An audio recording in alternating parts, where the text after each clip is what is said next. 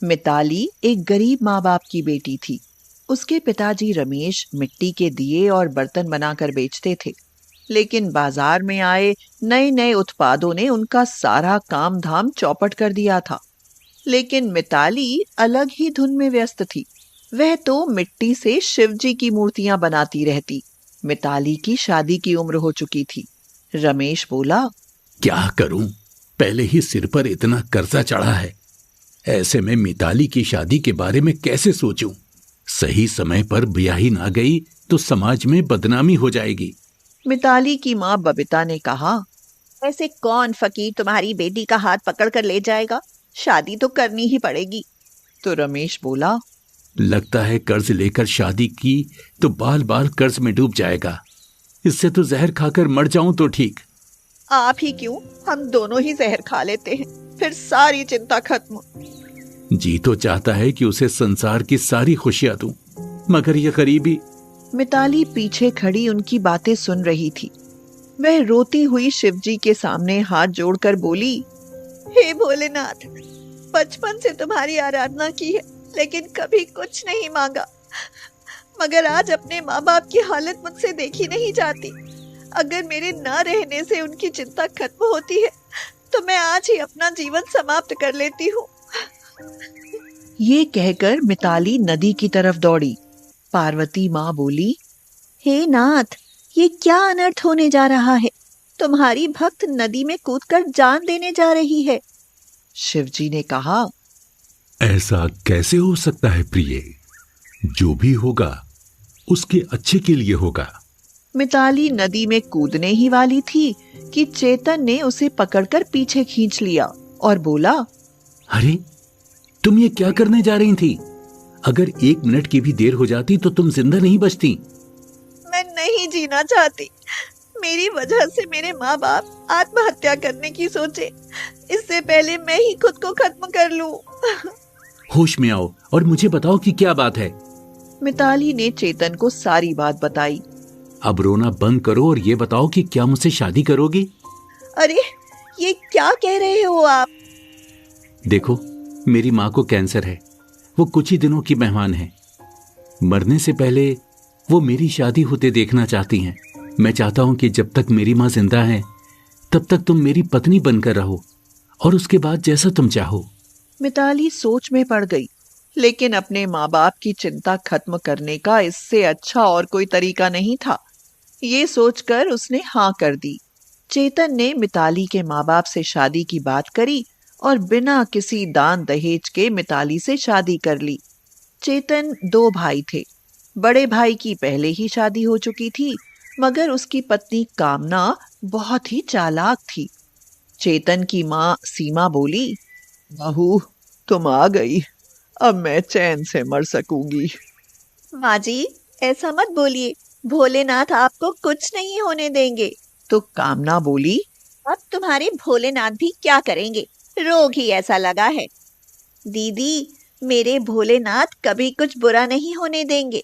मैं आज ही माँ जी के नाम से घर में शिवलिंग की स्थापना करूंगी और शिवरात्रि का व्रत रखूंगी।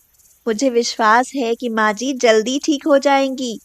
कामना मिताली के पागलपन को देखकर हंस रही थी। वह जानती थी कि उसकी सास अब कुछ ही दिनों की मेहमान है। मिताली दिन रात अपनी सास की सेवा में लगी रहती, जिसके कारण उनका स्वास्थ्य सुधरने लगा। कामना को डर लगने लगा कि कहीं मिताली की सेवा से खुश होकर माँ जी सब कुछ इन लोगों के नाम ही ना कर दें। अरे कामना, आज इतनी परेशान सी क्यों बैठी हो? सब ठीक तो है?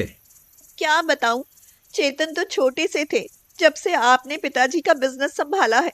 दिन रात मेहनत करते हो, लेकिन ये लोग खुला खर्च करते हैं। और मिताली, मायके से 2 जोड़ी कपड़े भी मयस्सर नहीं और यहाँ रोज बाने बदलती है। एक मैं हूँ जो दिन रात नौकरानी की तरह काम में लगी रहती हूँ, क्योंकि मालिक तो ये दोनों हैं। ये क्या कह रही हो कामना?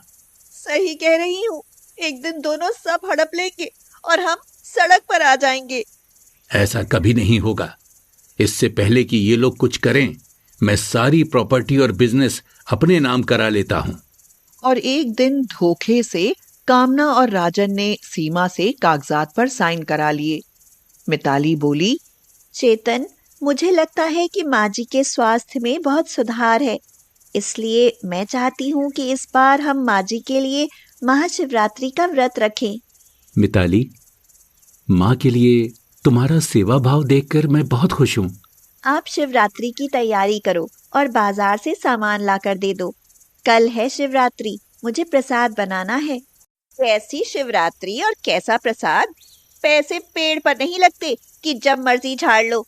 बहुत हुए खर्चे, अब कोई बेफजूली का खर्चा नहीं होगा। हाँ, लेकिन दीदी, बेफजूल कैसा? शिवरात्रि पर प्रसाद तो बनाना ही पड़ेगा। हाँ, नहीं बनेगा। भाभी, तुम मिताली को ऐसे कैसे मना कर सकती हो? ये घर इसका भी इतना है जितना आपका। चेतन, अगर बात बराबरी की है तो ये सब हमारा है, तुम्हारा यहां कुछ नहीं। विश्वास ना हो तो ये देख लो वसीयत, माँ ने सब कुछ हमारे नाम कर दिया है। चेतन और मिताली हैरानी से देखने लगे। सीमा भी इस बात से अनजान थी। ये शिवजी की पूजा पाखंड करने हैं तो इस घर में नहीं, यहाँ से चले जाओ और फिर जहां मर्जी वहां रहना। चलो मिताली, अब हम यहाँ कैसे रह सकते हैं? मिताली ने मंदिर से शिवजी की तस्वीर उठाई और सीमा को लेकर वहां से चल दिए, लेकिन रहने के लिए कोई ठिकाना न था। शाम हो चुकी थी। चलते हुए वो एक नदी किनारे पहुंचे जहां शिवजी का एक प्राचीन मंदिर था। चेतन ने कहा, मिताली, आज रात यहीं काट लेते हैं, सुबह कोई ना कोई इंतजाम हो ही जाएगा। जैसा आपको ठीक लगे चेतन। बहू, तुमने मेरी इतनी सेवा करी, लेकिन कामना और राजा ने तुमसे सब छीन लिया। देखना, इसका अंजाम बहुत बुरा होगा। माँ जी, भोलेनाथ करें उनके साथ सब अच्छा हो, आखिर हैं तो वो अपने ही। अभी तो हमें ये सोचना है कि शिवरात्रि कैसे मनाई जाए। मिताली ने नदी से बालू निकाली और शिवलिंग बनाया और नदी किनारे नहाकर मंदिर से कुछ भांग के पत्ते और फूल तोड़े। फिर उसने शिवजी की पूजा की। लोग मंदिर में प्रसाद चढ़ाने आ रहे थे। कुछ लोगों ने उनको भी प्रसाद दिया, जिसे खाकर उन्होंने व्रत पूरा किया। सीमा बोली, हे भोलेनाथ, मेरी गरीब बहू की शिवरात्रि से प्रसन्न होकर इसकी मुराद पूरी करना। तभी वहां राजन आया और बोला, तुम लोगों को मैं सुबह से ढूंढ रहा था, किसी ने बताया कि तुम यहाँ हो। जल्दी घर चलो, तुम्हारे घर से निकलते ही कामना की तबीयत खराब हो गई। जेठ जी, क्या हुआ दीदी को? उसे कोढ़ हो गया है, थोड़ी देर में ही उसके शरीर पर जख्म बन गए, वो बुरी तरह छटपटा रही है। मिताली सबके साथ वहां बिना देर किए दौड़ी। देखा तो कामना दर्द के मारे बुरी तरह चिल्ला रही थी। एक ही दिन में ये क्या हो गया दीदी? आए, आए, आए, ये मेरे बुरे कर्मों का फल है। हमने धोखे से तुमसे सब छीन लिया और तुम लोगों को घर से बाहर कर दिया। तुम्हारा तो आज शिवरात्रि का व्रत था ना, तो शायद तुम्हारे शिवजी ने ही मुझे ये दंड देकर मेरे गुनाहों का एहसास कराया है। मैंने वसीयत के कागज फाड़ दिए हैं, अब ये सब तुम्हारा है।